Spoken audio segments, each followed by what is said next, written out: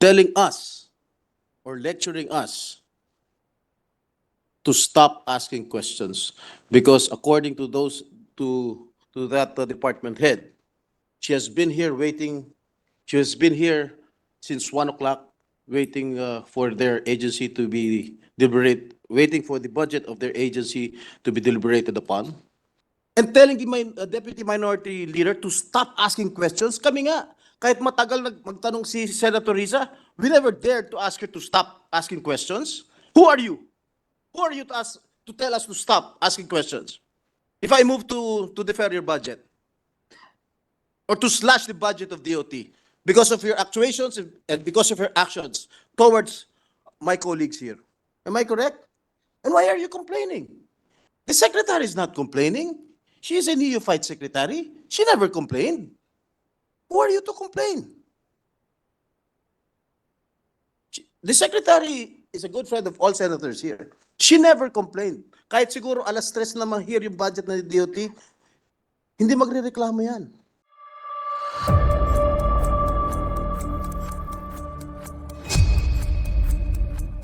And the attention of our colleagues here in this August chamber, that a certain head of an agency of the Department of Tourism has incessantly texted several of our colleagues, including the Senate President, including the Deputy Minority Leader, and I guess it's Senator Pia Cayetano, telling us or lecturing us to stop asking questions because according to that department head, she has been here waiting.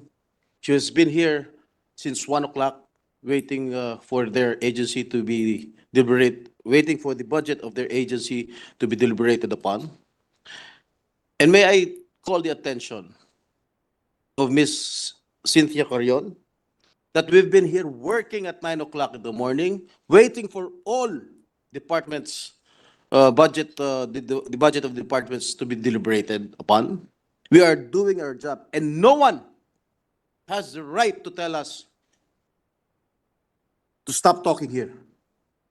It is our duty and our job to perform our work here in the Senate. And you do not have the right to tell us what to do here. Imagine telling the Senate President, we've been here at 1 o'clock waiting for DOTC's budget to be heard. We've been working since last week, deliberating on all the budgets of the departments here. And telling the Deputy Minority Leader to stop asking questions. Kami nga, kahit matagal magtanong si Senator Riza, we never dared to ask her to stop asking questions. Who are you? Who are you to tell us to stop asking questions? Remember, if one of us tells the sponsor to defer the budget of DOT, what will happen to you? You cannot do anything. You cannot do anything here. If I move to defer your budget or to slash the budget of DOT because of your actuations and because of your actions towards my colleagues here, what will happen to the budget of DOT? Imagine, even Senator Pia Cayetano, you've been texting her even before. That's what I heard from her regarding EJ Obiena's performance. She's a senator. She's a lawyer. She knows what to do. She's a senior member here in this August chamber. You've been a member of PSC, am I right? So you know how the budget runs here in the Senate or even in Congress. You know, we spend wee hours of the morning here. Am I correct? And why are you complaining? The secretary is not complaining. She is a neophyte secretary. She never complained. Who are you to complain? The secretary is a good friend of all senators here. She never complained. Kahit siguro alas 3 na ma-hear yung budget ng DOT, hindi magre-reklamo yan. Because she knows what's happening here in Congress or in the Senate in particular. I think our colleagues, they deserve an apology from you.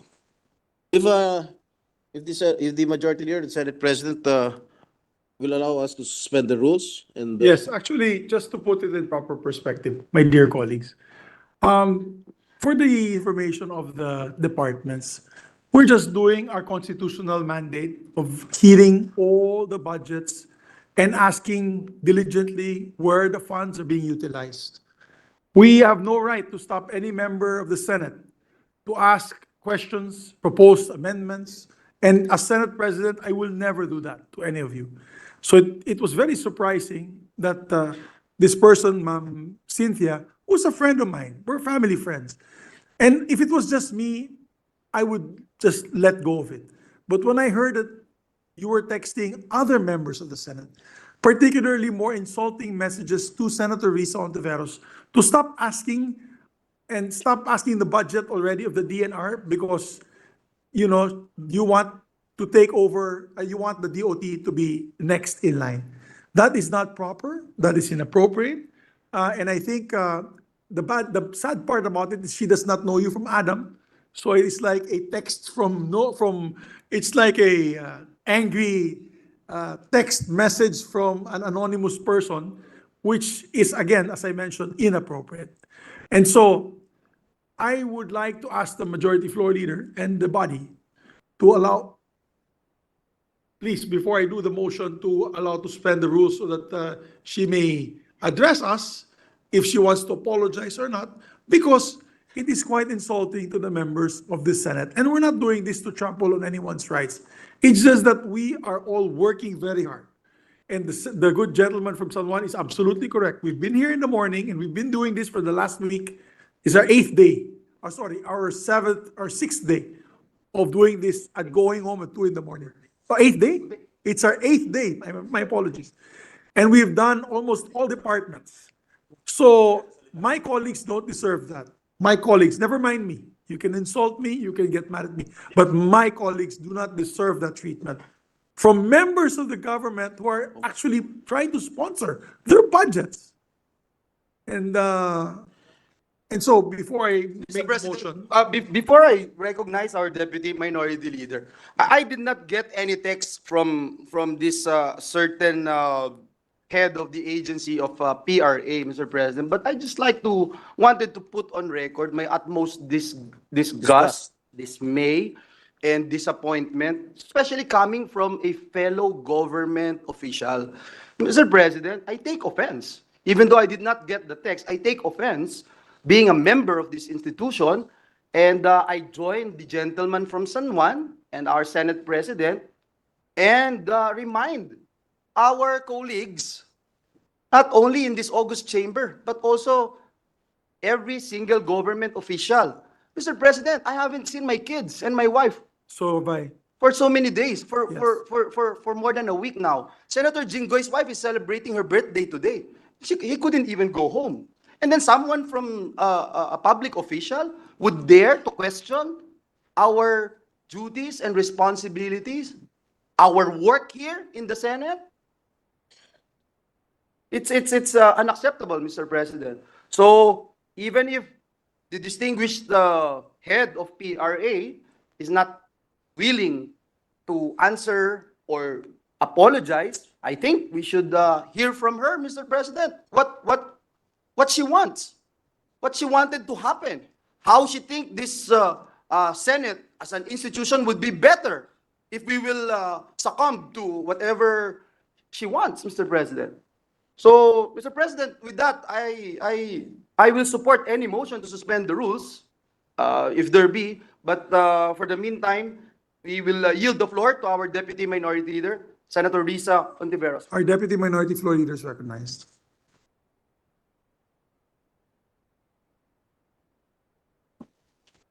Salamat kaayo, Mr. President. Ug daghang salamat, Mr. President. Maraming salamat kina Senator Jinggoy, Senator Nancy, who took immediate action on this when I brought it to her attention, to Senator Pia, the Majority Leader, all colleagues who came together this midnight to make things right. Sa huli kasi, higit sa lahat tungkol ito sa respeto. Kasi hindi po tayo gumagamit ng sense of entitlement.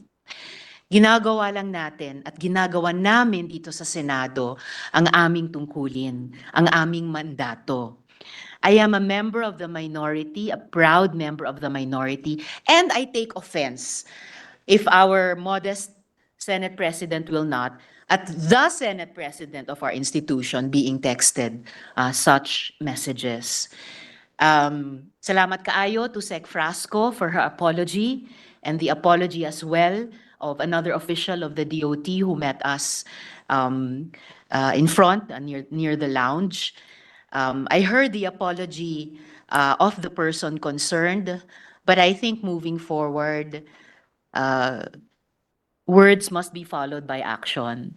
Pagwasto sa ginawa niya, hindi lang sa ilang individual natin, pero sa buong institusyon natin.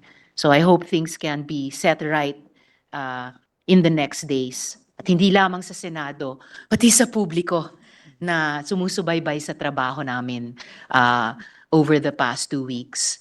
They at least, I think, appreciate the seriousness with which we do our work. Ano man ang oras, gaano man kami kapagod o hindi pagod. Dahil sa huli, higit sa lahat, tungkol sa respeto at ang respetong binibigay ng mga senador sa aming trabaho. Salamat kaayo, Mr. President. Thank you very much, Deputy Minority Floor Leader Risa Ontiveros.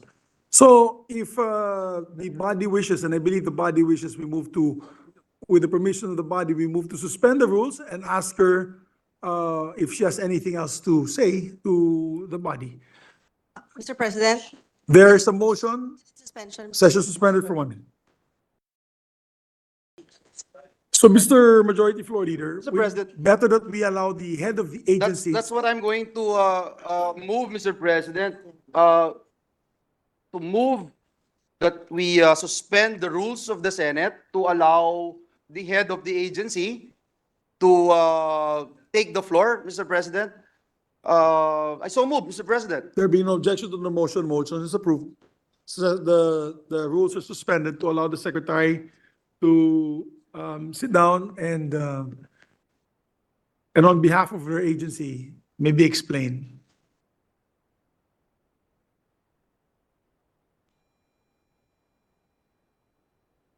Good morning, Mr. Senate President. Good morning, and ma'am. to the members of the Senate. First of all, allow me to express my gratitude for your service to our country and to make things quite clear that the Department of Tourism fully respects the constitutionally mandated duty of the Senate to deliberate upon the budget of all agencies, including the DOT.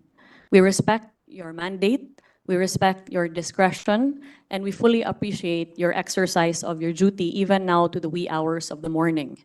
That being said, I share in your shock and dismay at the highly inappropriate, unacceptable, and out-of-line actions of the head of the Philippine Retirement Authority, the recently appointed GM Cynthia Carrion, who, at the beginning of this day, also actually approached me and demanded that we be placed first as far as the schedule of the deliberations of the budget, to which I immediately replied to her to say that we cannot do that because the Senate is an independent body and we must fully respect their schedule, their discretion, their time. We wait like everybody else because that is, we are in their house.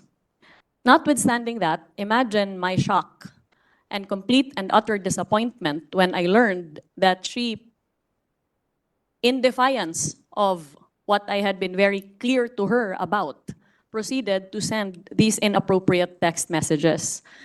Upon my learning of these actions, as brought to my attention by Senator Nancy Binay, to whom I am very grateful for letting me know, I demanded that she issue an immediate and personal apology to all of the senators, including the good Senate President, for having acted at the height of impropriety, and also to make very clear that she acted on her own and without the imprimatur of the Department of Tourism or any other attached agency or official of the DOT. That being said, Mr. Senate President, she earlier apologized personally to the senators. Nevertheless, as a tacit manifestation of our commitment to set things right, I have already ordered my Chief of Staff to immediately conduct an investigation into her actuations and subsequent findings of the same to mete out the appropriate penalty that is appropriate to the impropriety of her actions. To close, since I am the head of the Department of Tourism, of which the PRA is an attached agency, I would just like to emphasize our due respect to the Senate and to your exercise of your duty. We yield to your discretion, and we thank you for your patience. Daghang salamat. Thank you very much, dear Secretary. And I accept the apology that she gave earlier. We just wanted to put it on record so that the other agencies would know, and all the other members of this government would know that we are doing this not to spite any government agency, but this is, again, as you mentioned, a constitutionally mandated duty for us to see each and every budget of each and every agency to make sure that the funds are spent effectively and efficiently for the people. And so we thank the good secretary. She went to see us earlier inside the lounge and she apologized on behalf of the agency. And it is in no way, Secretary, a reflection of your job. You're doing a great job as Secretary of the Department of Tourism. As I said, almost everybody here, or not everybody, loves you and supports you and the department and the great men and women of the Department of Tourism. You're doing a great job for the country. Keep up the good work. So let not this incident tonight, frustrate you, and just keep soldiering on. But once again, thank you for that statement, Madam Secretary. And I believe we can already withdraw the suspension of rules. Mr. President, before I make that motion, Mr. President, and we would like to spread into the records how we continue to respect the Secretary of the Department of Tourism. We still believe in her. We trust her judgment and competencies. May I just put into the records, Mr. President, what RA 6713, Section 4, Letter B, or the Code of Conduct and Ethical Standards for Public Officials and Employees calls on all public servants to be professional. And let me put on record, Mr. President, it provides, and I quote, professionalism. Public officials and employees shall perform and discharge their duties with the highest degree of excellence, professionalism, intelligence, and skill. They shall enter public service with utmost devotion and dedication to duty. They shall endeavor to discharge wrong perceptions of their roles as dispensers or peddlers of undue patronage. Just wanted to put that on record, Mr. President, as a member of this august chamber, as a fellow public servant, Mr. President. That is the Code of Conduct and Ethical Standards for Public Officials, RA 6713.